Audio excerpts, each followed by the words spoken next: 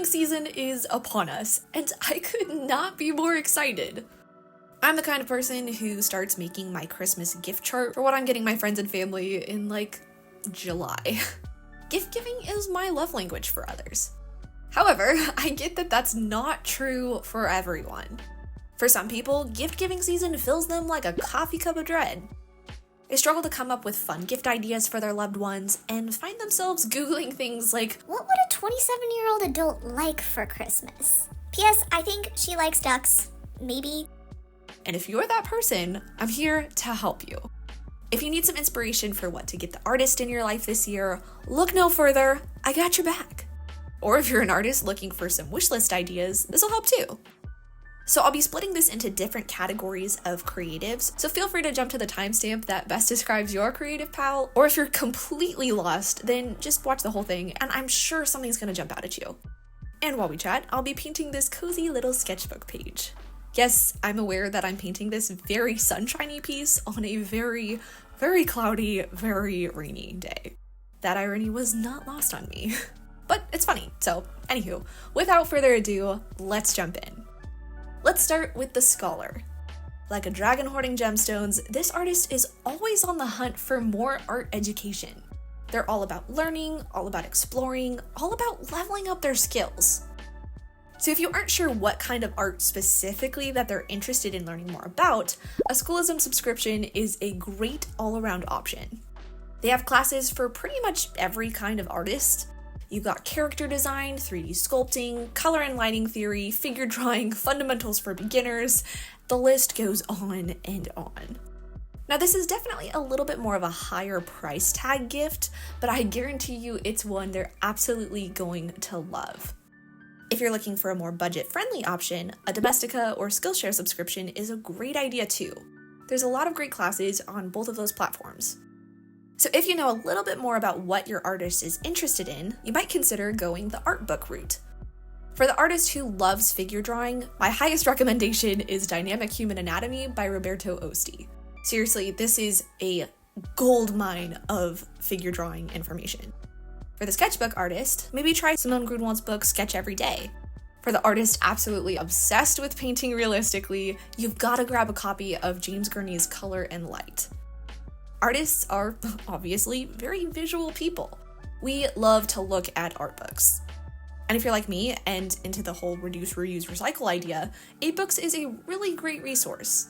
I've picked up a ton of secondhand art books that are in excellent condition for such a small fraction of retail prices.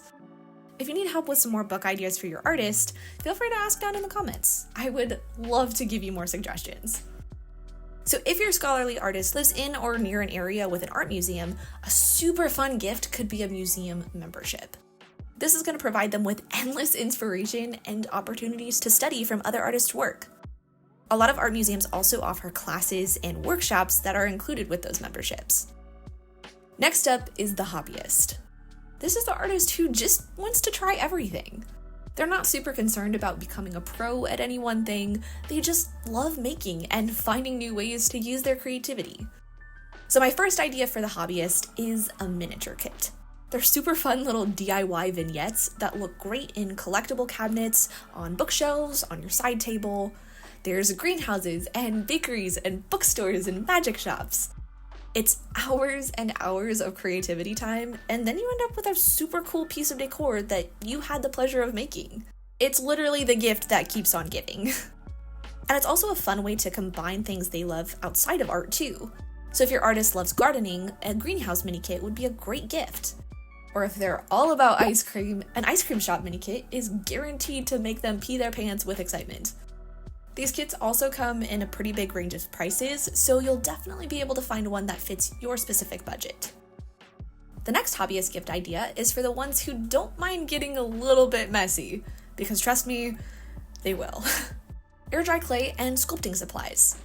So a lot of people tend to focus more on the 2D mediums when buying for an artist, mediums like sketchbooks and pencils or paints and canvas, and that's great!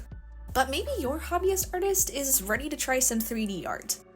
Sculpting is super duper fun, and with air dry clay, then you don't have to worry about what you're baking them in. Like, should you get a toaster oven so there's no contamination for food? And what about the fumes? There's a lot of questions that go into clays that have to be baked, but you can simply avoid all that confusion by getting them a block of air dry clay.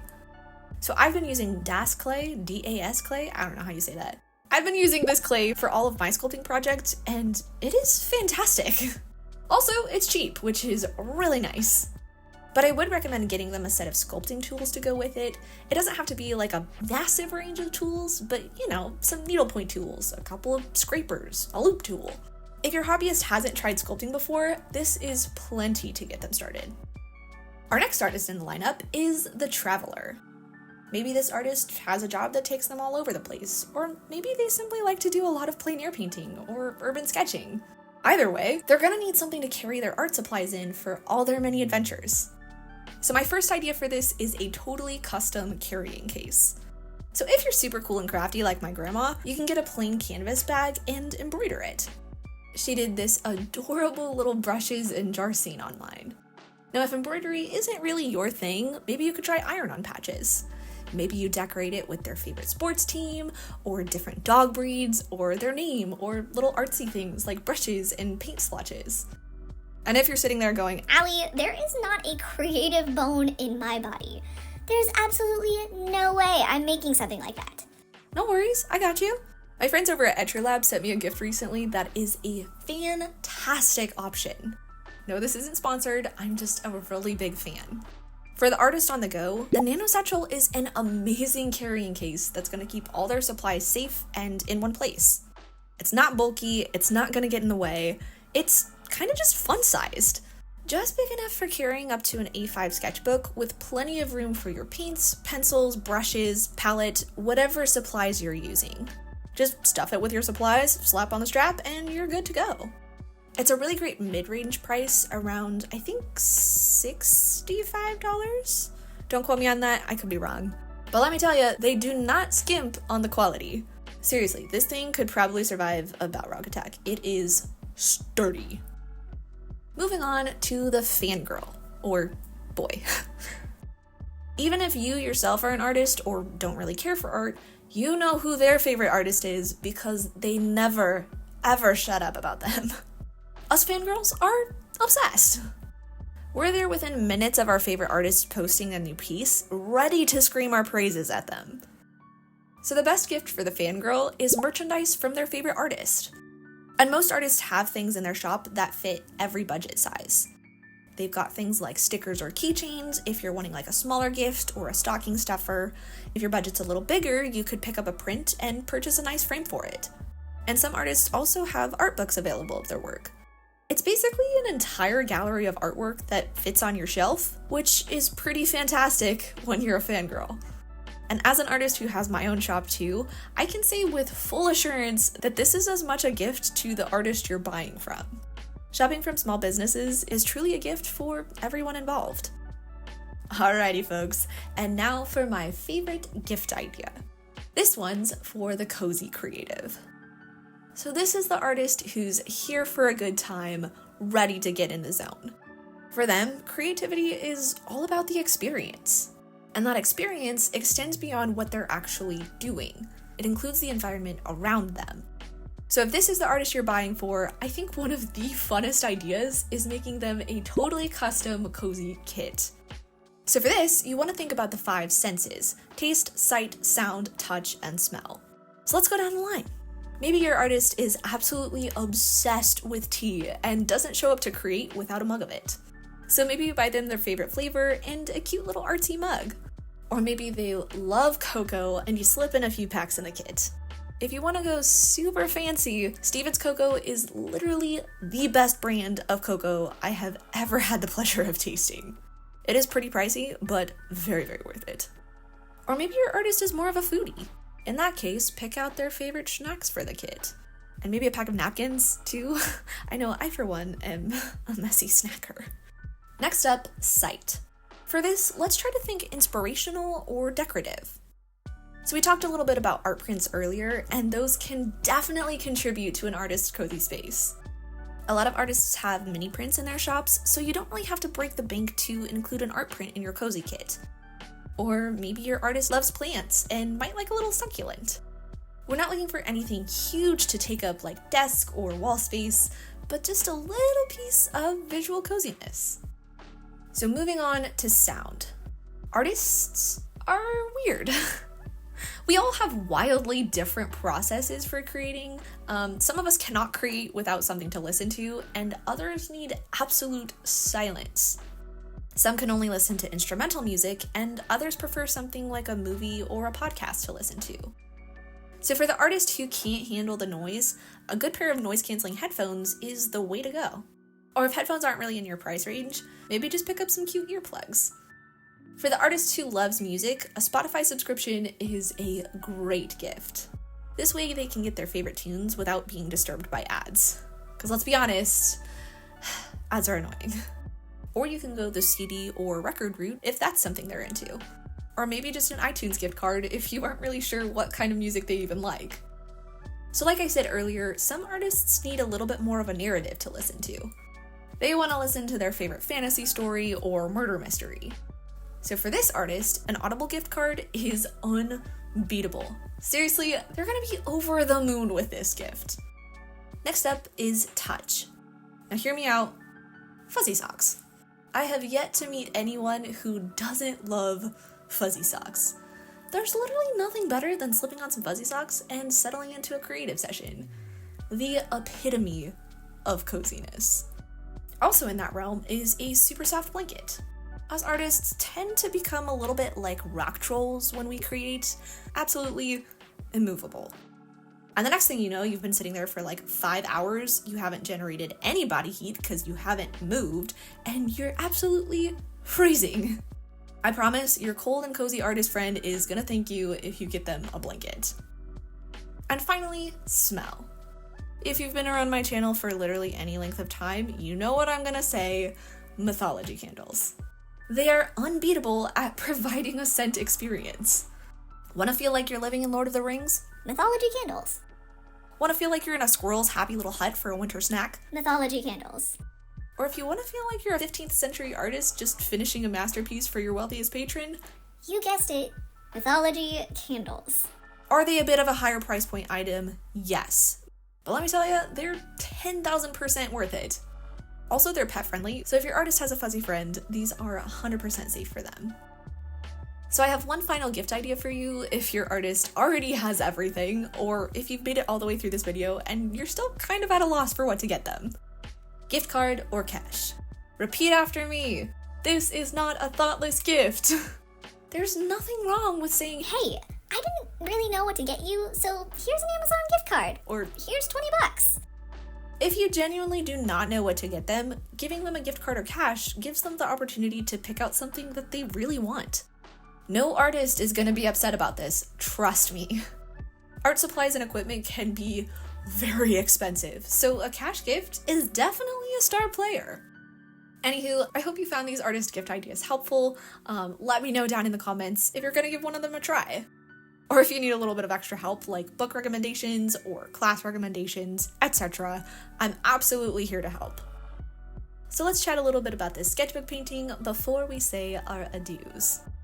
Now, I sketched this one much earlier in 2024 with the intention of painting it in like early spring or summer.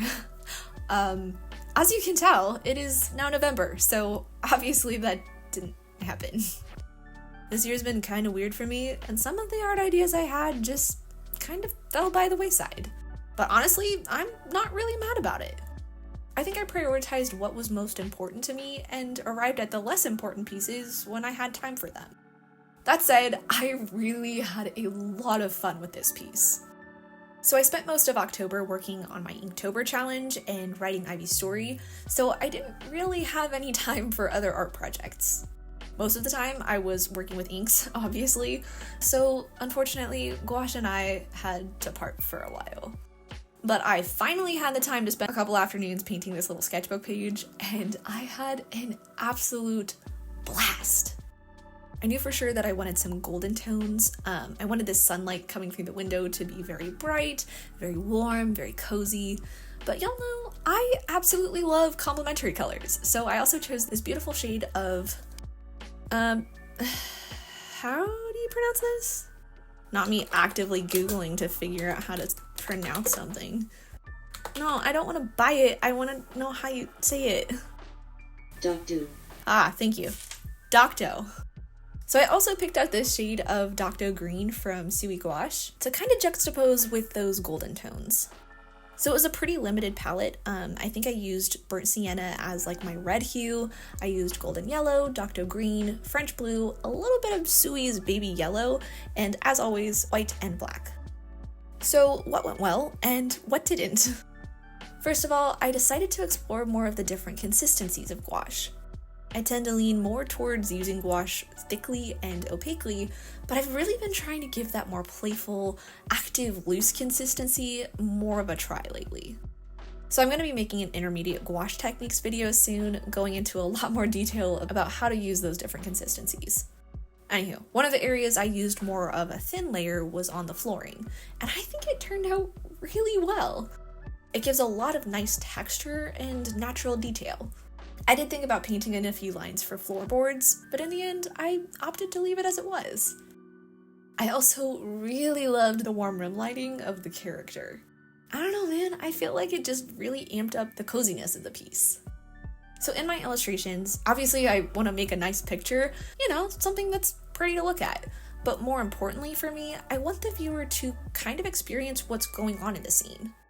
To be able to look at it and think, Yeah, I know how it feels when I'm listening to my favorite song while I make my breakfast. this scene is all about finding the magic in the mundane, and what's more magical than Dottie's body bits? So another finishing touch I really, really liked was the stick of butter and the knife on the left. Originally, I only had the toaster on the counter, but I don't know, it just felt kind of bare, I guess. Do I tend to go overboard with props sometimes? Yes, I'm kind of a cluttercore junkie, but I don't know, I just felt like this one needed a little bit more pizzazz. So the butter and utensils kind of helped fill out the scene a little bit. Okay, what went wrong? Most noticeably, the shadows extending from her legs. First of all, I just struggle with lighting math. If this light source is hitting at this angle, where do the shadows fall and how strong are they? But if the light source is this bright, then there's probably also some bounce light too, so does that brighten up the shadows entirely? As you can see, I get a little bit panicky about shadows. Probably, something I should work on. Anywho, I tried to do a little bit of glazing for the shadows on the floor, but this paper is a little bit finicky for that. The underneath paint layers started to lift quite a bit, and it ended up being pretty muddy. It could be worse, but it could also be a lot better. The other biggest struggle was her pants. You may have noticed that I started to paint a different pattern on them. I was originally intending to paint like little lemons, but they just ended up looking like weird little blobs, so I repainted my base yellow over the top of them and went with like a stripy pattern instead. I liked the idea of the lemons, but honestly, I think the stripes actually kind of fit the scene a little bit better. I feel like it helps lead your eye through the piece a little bit more fluidly. Overall, I'm really happy with how this one turned out. It was really fun to paint in my sketchbook again and just enjoy the moment. I'm going to be doing my annual print pre-order sale soon, and I think I'll be adding this one to the list. Anywho, thank you guys so much for watching. I hope you enjoyed chatting with me about these super fun gift ideas for artists, and I hope you enjoyed watching me paint this piece. Huge thank you to the Cozy and Curious Creatives over on Patreon for helping to support my art journey. If you're interested in another cozy little sketchbook painting session, then head on over to watch this video next. Thanks again for watching, and I'll see you soon. Bye guys!